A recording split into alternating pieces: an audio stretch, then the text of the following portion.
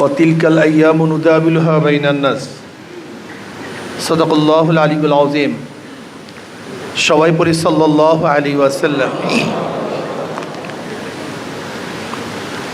ইসলামী আন্দোলন বাংলাদেশ নারায়ণগঞ্জ জেলা শাখা ও মহানগর কর্তৃক আয়োজিত আজকে কর্মী সম্মেলনের সম্মানিত সভাপতি,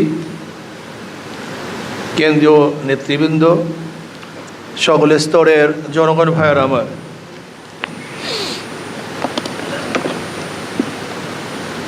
ইসলামী আন্দোলন বাংলাদেশ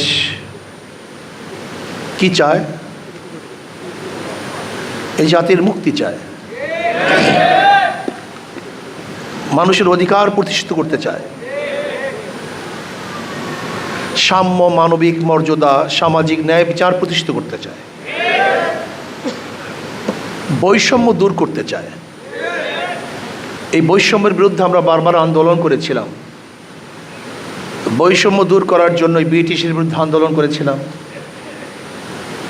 বৈষম্য দূর করার জন্যই পাকিস্তান নামে একটা দেশ গড়েছিলাম। বৈষম্য দূর করার জন্য পশ্চিম পাকিস্তানের বিরুদ্ধে আন্দোলন করে, সংগ্রাম করে আমরা ভাগ হয়ে বাংলাদেশ সৃষ্টি করেছিলাম। এই বৈষম্য দূর করার জন্য 53 বছর বারবার লড়াই করেছিলাম।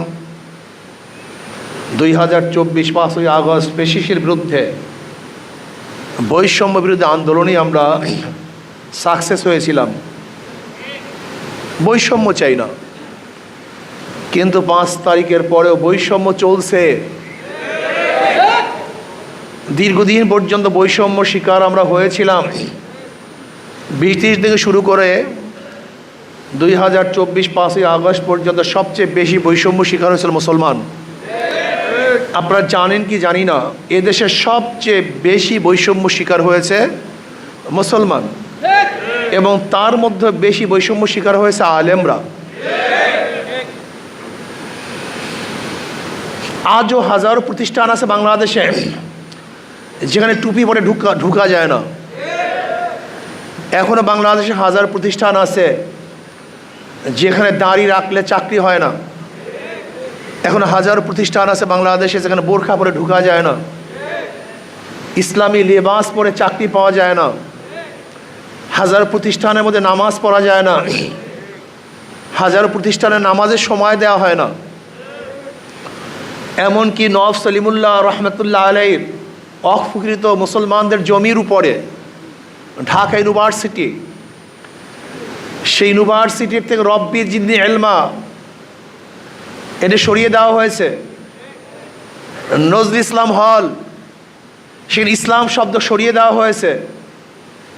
মুসলমানদের ইউনিভার্সিটি, যে ইউনিভার্সিটি গড়ার জন্য ক্যালকাটার হিন্দুরা 41 বার ব্রিটিশের কাছে দরখাস্ত দিয়েছিল। গড়ার মাঠে রবি ঠাকুরের নেতৃত্বে ঢাকায় যেন ইউনিভার্সিটি না হতে পারে, এর জন্য মিটিং হয়েছিল। অথচ সেই মুসলমানদের ইউনিভার্সিটিতে আজকে ইফতারি করতে দেওয়া হয় না। সেই মুসলমান ইউনিভার্সিটিতে নামাজ পড়তে দেওয়া হয় না। সেই মুসলমান ইউনিভার্সিটিতে মুসলমানরা পোশাক পরে হাঁটতে পারে না, বোরখা পড়তে দেওয়া হয় না। সেই মুসলমানদের ইউনিভার্সিটিতে হাজারো সাবজেক্ট আছে যেখানে মাদ্রাসার ছেলেরা ভর্তি হতে পারে না। বর্তমানে আলেম ওলামারা সবচেয়ে বেশি বৈষম্য শিকার হয়েছে। ইসলাম সবচেয়ে বেশি বৈষম্য শিকার হয়েছে। শুধু বৈষম্য শিকারই নয়, দেখবেন অনেক রাজনীতি দলেরা বলে আপনার ইসলামপন্থী। যদি আমরা ইসলামপন্থী হই, আপনি কোন পন্থী? আমরা তো ইসলামপন্থী, আপনি কোন পন্থী? আপনি রাশিয়ানপন্থী, আপনি ভারতপন্থী, আমি আমেরিকানপন্থী, আপনি খ্রিস্টানপন্থী, ইয়াহুদিপন্থী, হিন্দুপন্থী। আমি তো ইসলামপন্থী, আপনি কোন পন্থী? পরিচয় দেন। পরিচয় গোপন করতেছেন কেন? আপনার পরিচয় কি? আপনার আসল কি? উসুল কি? মূল কি? আবার কাউকে বাংলাদেশে 92% মুসলমানদের দেশে বক্তৃতা করতে শুনি ইসলামের সাথে, রাজনীতির সাথে কোরআনের কোনো সম্পর্ক নেই। ইসলামের সাথে, কোরআনের সাথে রাজনীতির কোনো সম্পর্ক নেই। আপনি ঠিকই বলেছেন, ইসলামের সাথে কোরআনের সাথে রাজনীতির সম্পর্ক আছে, কিন্তু আপনার সাথে ইসলাম ও কোরআনের সাথে সম্পর্ক নেই। এর জন্য আপনি জানেন না। প্রিয় ভাইয়েরা আমার, বৈষম্য দূর করার জন্য, সাম্য মানবিক মর্যাদা প্রতিষ্ঠিত করার জন্য আন্দোলন করেছিলাম, সংগ্রাম করেছিলাম, মাঠে ঝাঁপিয়ে পড়েছিলাম। কিন্তু আমরা কি দেখছি? এই যে দেখেন, আজকে আপনার নারায়ণগঞ্জের পত্রিকা দৈনিক উজ্জীবিত বাংলাদেশ, এই যে দেখেন, সিদ্ধিরগঞ্জে কথিত বিএনপি নেতার আপতাণ্ডব, দোকান লুটের পর জমি দখল, এই আজকে পত্রিকা, আপনাদের নারায়ণগঞ্জ পত্রিকায়। এই কারণে রক্ত দিয়েছিলাম, এই কারণে মানুষ শহীদ হয়েছিল, এই কারণে আবু সাইদ মুগ্ধ জীবন দিয়েছিল, এই কারণে হাজারো আমাদের যুবক সন্তানেরা বিকলাঙ্গ হয়েছিল, অন্তক্ত স্বীকার করেছে, হাত নাই পাও নেই, এই লুট এবং জমি দখল করার জন্য। আপনি গিয়ে দেখেন, এই নারায়ণগঞ্জ থানার মধ্যে মিথ্যা মামলার পাহাড়, এই মিথ্যা মামলার পাহাড়ের জন্য আবার আমরা আন্দোলন করেছিলাম। অবৈধ হত্যা করার জন্য কি আন্দোলন করেছিলাম? মানুষের উপর জুলুম করার জন্য আন্দোলন করেছিলাম? এর জন্য তো আন্দোলন কেউ করিনি। শুধু নির্বাচন নির্বাচন, আমরা সবাই তো নির্বাচন চাই, নির্বাচন চাই না এমন কোনো রাজনৈতিক দল নেই, সবাই নির্বাচনমুখী আমরা। কিন্তু নির্বাচন কবে দিবেন? কালকেই। হবেটা কি? আগামীকাল যদি নির্বাচন দেন, সুস্থ হবে, অবাধ হবে, নিরপেক্ষ হবে, গ্রহণযোগ্য হবে, লাভটা কি? সংস্কার করার আগে যদি আপনি নির্বাচন দেন, সেই নির্বাচন তো প্রশ্নবিদ্ধ নির্বাচন হবে, মানুষের আশা এবং আকাঙ্ক্ষার প্রতিফলন হবে না, মানুষ ভোট প্রয়োগ করতে পারবে না, আবারও দখলদারি হবে, চাঁদাবাজি হবে, কালো টাকার সরাসরি হবে। এই নির্বাচনের জন্য আমরা আন্দোলন করিনি, সংগ্রাম করিনি। আমরা কি চাই? আমরা চাই ইসলাম হুকুমাতের ভিত্তিতে সাম্য, মানবিক মর্যাদা এবং সামাজিক ন্যায় বিচার প্রতিষ্ঠিত করতে চাই, যেখানে ঋষি, কামার, মজদুর, জেলে, তাঁতি, মুসি, যেখানে সাদা এবং কালো, যেখানে মুসলমান, হিন্দু, বৌদ্ধ, খ্রিস্টান, যেখানে ধনী এবং গরিব, শিক্ষিত, মূর্খ, যেখানে পুরুষ এবং মহিলার প্রত্যেকটা নাগরিকের ন্যায্য অধিকার প্রতিষ্ঠা করা হবে,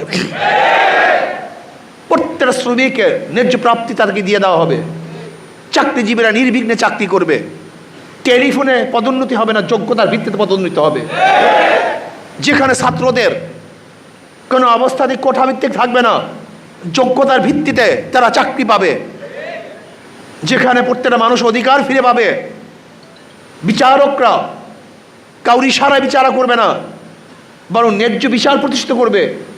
এরকম বিচারনা আমরা চাই। প্রিয় সাংবাদিক বন্ধুরা, আপনি কি দেখেছেন? আওয়ামী লীগের আমলে কারোর জামিন হয় নাই, কিন্তু আওয়ামী লীগ পরিবর্তন হওয়ার পরে সবার জামিন হয়ে যায়। এর কারণটা কি? কোর্ট তো সেই আগেরই কোর্ট, জজ কোর্ট তো সেই আগেরই জজ কোর্ট, ওখানে তো একই জজরা বসা, ওই হাইকোর্টের মধ্যে একই বিচারক বসা। তা আওয়ামী লীগের আমলে তারা জামিন দিতে পারে নাই, এখন জামিন দিচ্ছে কিভাবে? আবার অনেক আওয়ামী লীগের লোক অ্যারেস্ট হয়েছে, তারা জামিনের জন্য মুভ করতে পারছে না। কারণটা কি? তাই বিচারক কার ইশারায় বিচার করে? সরকারের ইশারায়? এরকম বিচারক আমরা চাই না, এরকম বিচার ডিপার্টমেন্ট আমরা চাই না। বিচারকদের স্বাধীনতা চাই, বিচারকরা ন্যায় বিচার প্রতিষ্ঠিত করবে, যেখানে কারোর ইশারায়, কারোর প্রেশারে বিচার হবে না। যদি আইনের ফাঁকে সবাই মুক্তি পেয়ে যায়, আমার কোনো আপত্তি নেই, আর আইনের আওতায় যদি আমিও অ্যারেস্ট হই, আমার কোনো আপত্তি থাকার কথা না। ওই চেন্নাই, চিটাঙ্গের যদি বিচারক তাকে জামিন দিয়ে দেয়, আইনের আওতায় সে জামিন পায়, আমার কোনো আপত্তি নেই, কিন্তু আমি এরকম বিচারালয় চাই। চেন্নাই যদি আইনের ফাঁকে জামিন নিতে পারে, আমার কোনো আপত্তি নেই। বিচারকদের স্বাধীনতা চাই। একটা ভালো দেশ, ভালো কান্ট্রি, এর সবচেয়ে বড় মানদণ্ড কি? সবচেয়ে বড় মানদণ্ড রাস্তা না, ঘাট না, খাদ্য না, সবচেয়ে বড় মানদণ্ড হলো বিচার বিভাগের স্বাধীনতা। একটা ভালো রাষ্ট্রের মানদণ্ড হলো বিচারালয়ের স্বাধীনতা। আমি চাই বিচারকরা স্বাধীনভাবে বিচার করবে। আমি চাই আমার ব্যবসায়ীরাও স্বাধীনভাবে ব্যবসা করবে। আমি চাই আমার শ্রমিকরা স্বাধীনভাবে শ্রম দিবে এবং মালিকরা ন্যায্য প্রাপ্তি তাদেরকে যথাযথ টাইমে প্রদান করবে। কেন আন্দোলন করতে হবে, সংগ্রাম করতে হবে আমার টাকার জন্য? নবী আলাইহিস সালাতু ওয়াস সালাম বলেছেন, শ্রমিকদের ঘাম শুকাবার আগে তার প্রাপ্তি দিয়ে দাও। আমি সেই জিন্দেগি দেখতে চাই, সেই সময় দেখতে চাই যখন শ্রমিকরা তাদের অধিকারের জন্য আন্দোলন করার প্রয়োজন হবে না, বরং মালিকরা নিজেদের থেকেই তাদের অধিকারকে তাদেরকে দিয়ে দিবে। সেই দিন আমি দেখতে চাই। আমি চাই আমার একটা মা বোন যেন ধর্ষিতা না হয়, আমার একটা মা বোন যেন ইফতিজিমের শিকার না হয়, বাংলাদেশের মধ্যে আমার একজন মা বোনও যেন না খেয়ে না থাকে, বাংলাদেশের মধ্যে আমার কোনো মা বোন যেন অত্যাচারিত না হয়, মিসকিন এতিম সমস্ত ব্যক্তিদের জন্য পেট ভরা থাকে, অন্ন বস্ত্র বাসস্থান শিক্ষা এবং চিকিৎসার গ্রান্টি আমি চাই। আমি কি চাই? আমি চাই এদেশের প্রত্যেকটা মুসলমান ধর্ম পালন করবে, হিন্দু বৌদ্ধ খ্রিস্টান নির্বিঘ্নে তারা তাদের ধর্ম পালন করবে, কেউ বাধা দিবে না। আমি কি চাই? আমি চাই এদেশের প্রত্যেকটা মানুষ যেন সুখে শান্তিতে বসবাস করতে পারে, সেরকম একটা দেশ আমরা চাই। আমি কি চাই? আমাদের দেশের উপরে কোনো বিদেশি শক্তি যেন আঙ্গুল তুলতে না পারে, চক্ষু তুলতে না পারে। যদি কেউ তুলতে চায় সম্মিলিতভাবে ঐক্যবদ্ধভাবে প্রতিহত করবে ইনশাআল্লাহ।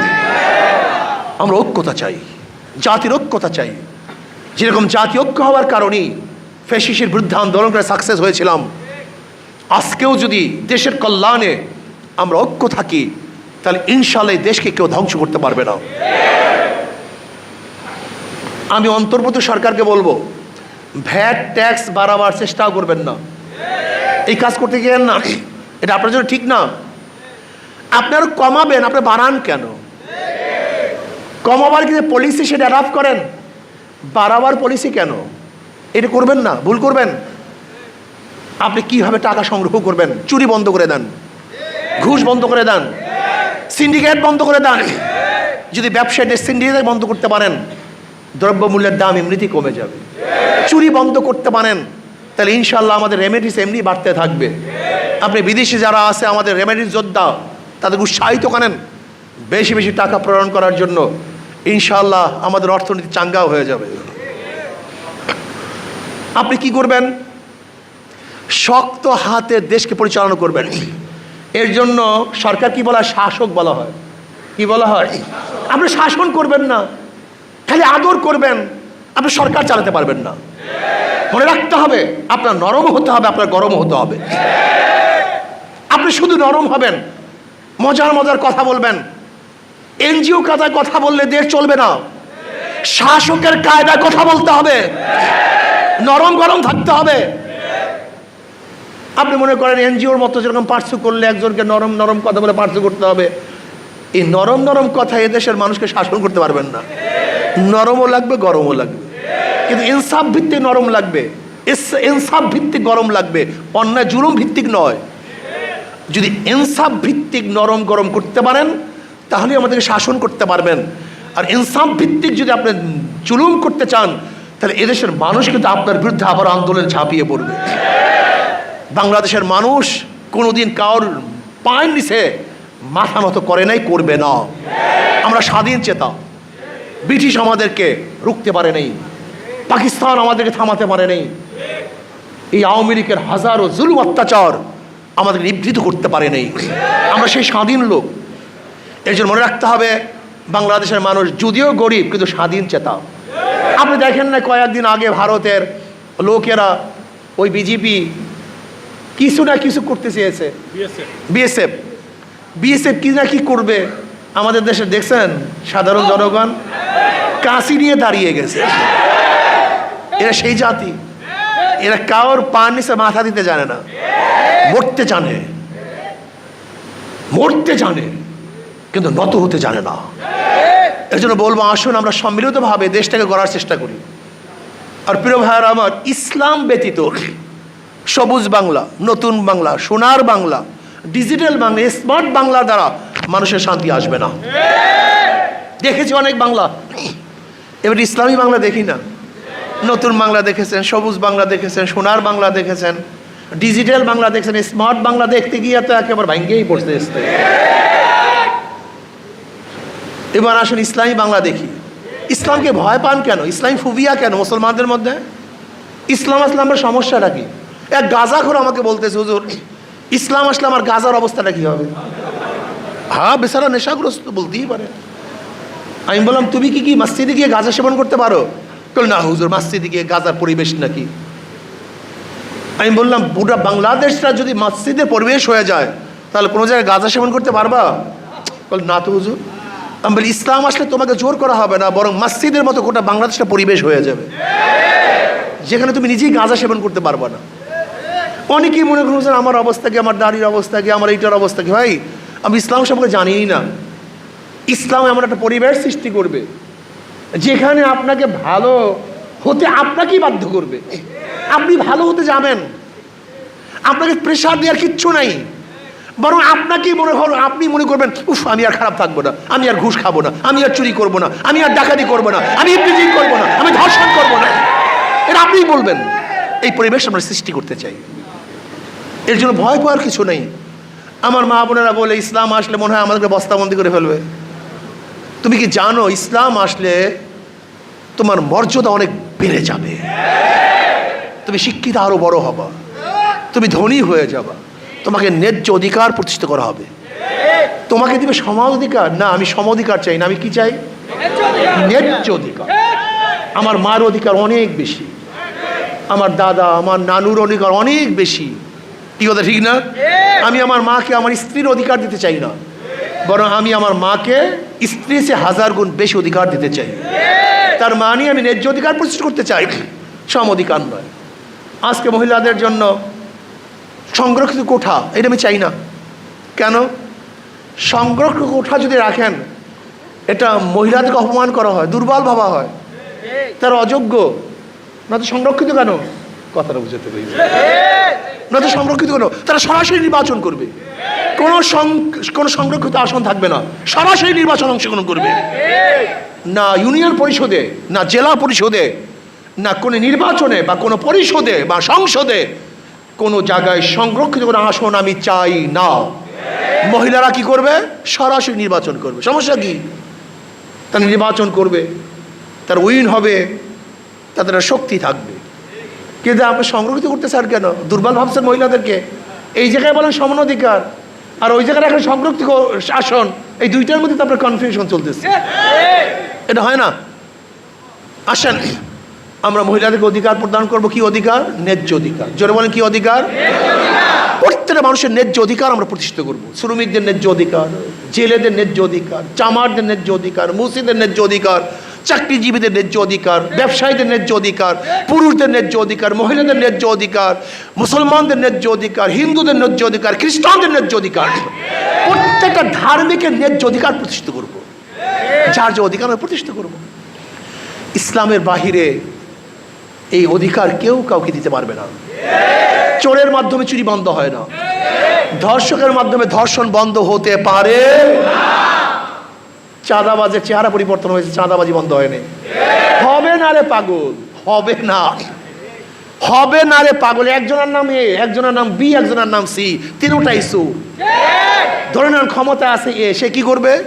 হটাও এ বসাও বি, সে কি করবে? হটাও বি বসাও সি, সে কি করবে? দল এবং নেতার পরিবর্তন হয়েছে, নীতি ও আদর্শের পরিবর্তন হয়নি। এই 53 বছর পর্যন্ত এই দল বাদ দিয়ে আর এক দল, আর এক দল বাদ দিয়ে আর এক দল, আর এক দল বাদ দিয়া এক এ পরিবর্তন বি, পরিবর্তন সি, চুরি বন্ধ হয় না, হবে না। এই জন্য আসুন, মাদার গাছ লাগিয়ে আমের আশা করা যায় না, তেঁতুল গাছ লাগিয়ে মিষ্টি ফলের আশা করা যায় না। চোর ডাকাত বদমাশ ধর্ষকদের মাধ্যমে কোনোদিন ধর্ষণ বন্ধ হতে পারে না। এই জন্য আমাদের শায়খ মুর্শিদ নব্বরাল্লাহু বারাকাতুহু বলেছেন, শুধু নেতা নয়, নীতির পরিবর্তন চাই। আসুন না, এই যে ইঞ্জিনিয়ার আশরাফুল আলম বুয়েটের ছাত্র, কিন্তু যেমন তো ইঞ্জিনিয়ার, বুয়েটের ছাত্র সিভিল ইঞ্জিনিয়ার, দেখেন আজকে অবস্থা নেই, মনে হয় যেন বিশাল ফেরেশতা। আমরা কি চাই? এরকম নীতি আদর্শ পরিবর্তনের ভিত্তিতে এমন একটা সমাজ উপহার দিতে চাই, যারা বড় বড় প্রফেসর হবে, ডক্টর হবে, ব্যারিস্টার হবে, বড় বড় শিক্ষিত হবে, উঁচা লেভেলের চাকরিজীবী হবে, কিন্তু দেখলে মনে হবে যেন মানুষ, এরা সালেম না, এরা বাঘ না, এরা হিংস্র প্রাণী নয়। অফিসার মানে অবিচার। এখন অফিসার কি হয়ে গেছে? যাদের কোনো বিচার নাই, অবিচার হয়ে গেছে। না, আমরা অফিসারদেরকে ন্যায় বিচার যেন করতে পারে, মানুষকে যেন মূল্যায়ন করতে পারে। আজকে একটা কোর্টে ঢুকবেন, ডিসি কোর্টে ঢুকবেন, সচিবালয়ে ঢুকবেন, যে মানুষ আসে না, জানোয়ার আসে না। আশরাফুল মাখলুকাত, প্রত্যেক মানুষকে শ্রদ্ধা সম্মান করতে হবে। ইসলাম ব্যতীত এই মূল্যবোধ কোনো মানুষের মধ্যে আসতে পারে না। ইসলামী প্রত্যেক মানুষকে গুরুত্ব দেয়। ইসলাম শুধু মানবতার জন্য নয়, ইসলাম গোটা মাখলুকাতের জন্য। ওমর ইবনে খাত্তাব রাদিয়াল্লাহু ফরমাইছেন, আমার খেলাফতের আমলে যদি ফোরাতের কুলে একটা কুকুর না খেয়ে মারা যায়, আমি ওমরকে জবাব দিতে হবে। যেখানে ইসলাম একটা কুকুরের চিন্তা করছে, সেখানে আশরাফুল মাখলুকাত নিয়ে ইসলাম কিভাবে তার অপেক্ষা রাখে না। কাজে আসুন আমরা সব ইসলামী হুকুমাত কায়েম করার চেষ্টা করি। আর আমার শেষ কথা হলে, একবার শেষ কথা, নির্বাচনে যারা অংশগ্রহণ করে, যারা নৌকা নিয়ে নির্বাচন করে, তারা নৌকা চালাতে পারে না। যারা ধান নিয়ে নির্বাচন করে, ধান কাটতে পারে না। যারা নাঙ্গল নিয়ে নির্বাচন করে, নাঙ্গল নিজেরা বইতে পারে না। যারা কাস্তে কাঁচি নিয়ে নির্বাচন করে, নিজেরা ধান কাটতে পারে না। যারা গরুর গাড়ি নিয়ে নির্বাচন করে, নিজেরা গরুর গাড়ি চালাতে পারে। কিন্তু হাত পাখা এমন এক প্রতীক, যে নির্বাচন করে সেও চালাতে পারে, যারা নির্বাচন করে তারাও চালাতে পারে। হিন্দুরাও চালাতে পারে, মুসলমানরাও চালাতে পারে, ছোটরাও চালাতে পারে, বড়রাও চালাতে পারে, গরিবরাও চালাতে পারে, ধনীরাও চালাতে পারে। এটা শান্তির প্রতি হাত পাখা, এটা সবার প্রতি হাত পাখা। কারেন্ট ফেল করবে না, হাত পাখা ফেল করবে না। আচ্ছা আসুন, আসুন আমরা সম্মিলিতভাবে হাত পাখায় ভোট দেই। হাত পাখা ইনশাআল্লাহ।